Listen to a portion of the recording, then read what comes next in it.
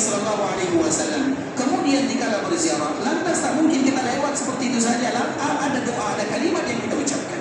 Dan salah satu kalimatnya adalah Assalamualaikum ya Rasulullah wa rahmatullahi wa barakatuh. Sallallahu wa sallam wa baraka alaika wa jazaka afdala ma jaza nabiyyan an ummati. Tidak boleh kita hanya mengucapkan Assalamualaikum ya Rasulullah kemudian kita lewat meninggalkan perkuburan Nabi, tak boleh. Berarti harus lengkap. Sudah apa doanya? Yang tak hafal tak boleh pulang, ya, ingat itu baik-baik. Yang tak hafal tak boleh meninggalkan kota Madinah. Doa berziarah ke perkuburan Nabi kita ulang lagi sekali. Bagi yang belum hafal semoga bisa menghafalnya nanti. Assalamualaikum ya Rasulullah wa rahmatullahi wa barakatuh. Sallallahu wa sallama wa baraka alaika wa jazaka afdala ma jaza nabiyyan an ummati. Sudah hafal? Terus kalau belum hafal macam mana cara kita menghafal? Dicatat atau direkam atau dicari yang lainnya. Karena kita insya Allah hafalan kita tidak sekuat Imam Syafi'i kan? Kita selalu menyebutkan cerita indah ya Pak Tulis. Mohon maaf ya, ini cerita saja ya. Tapi ini cerita yang sangat indah sekali, memberikan pelajaran yang berharga bagi kita bersama. Imam Syafi'i dikala dia masih kecil, umurnya belum genap 10 tahun, kecil, anak kecil lah.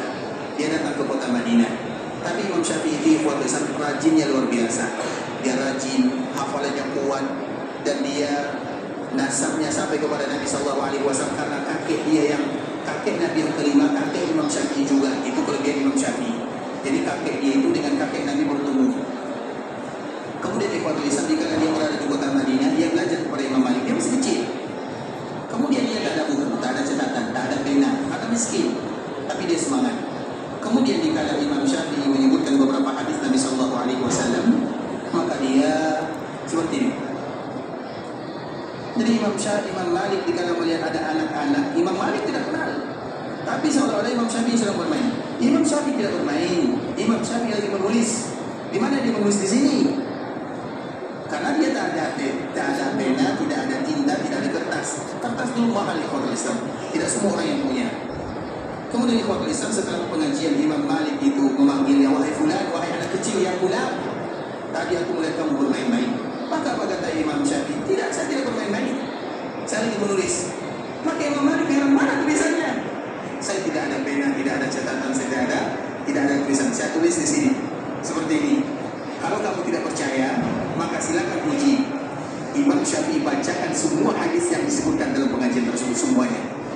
Baru di saat itulah Imam Malik melihat bahwa anak ini merupakan anak yang luar biasa. Kalau sekiranya kekuatan kita sama dengan Imam Syafi'i, maka lakukanlah sebagaimana dilakukan oleh Imam Syafi'i rahimahullah. Bisa? Kuat? Maka tetap kuat. Balik tulisan Assalamualaikum ya Rasulullah wa rahmatullahi wa barakatuh. Sallallahu wa sallama wa baraka alaika wa jazaka afdala ma jaza nabiyyan an ummati. Sudah hafal? Jangan lupakan doa ini dikala berziarah ke perkuburan Nabi sallallahu alaihi wasallam. Al-mahya mahyakum wal mamatu mamatukum. Aku akan hidup selalu bersama kalian dan aku juga akan wafat di tengah-tengah kalian. Itulah ikrar janji baginda Rasulullah sallallahu alaihi wasallam kepada penduduk Madinah. Tapi ikhwatul Islam, sekarang kita lanjutkan. Kemarin kita telah menjelaskan akhir daripada kehidupan Nabi sallallahu alaihi wasallam. Nabi sallallahu alaihi wasallam merasakan sakit yang agak sedikit berat. Yang pertama adalah sakit kepala, pusing. Kemudian yang kedua adalah di kerongkongan Nabi Sallallahu Alaihi Wasallam gara-gara racun yang pernah terminum ketika terjadi perang Khaybar.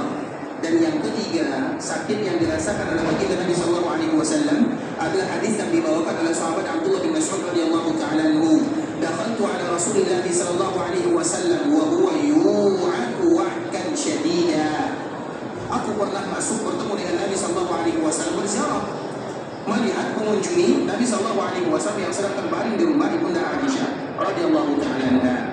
Kemudian aku memperhatikan Nabi Sallallahu Alaihi Wasallam, Nabi terbaring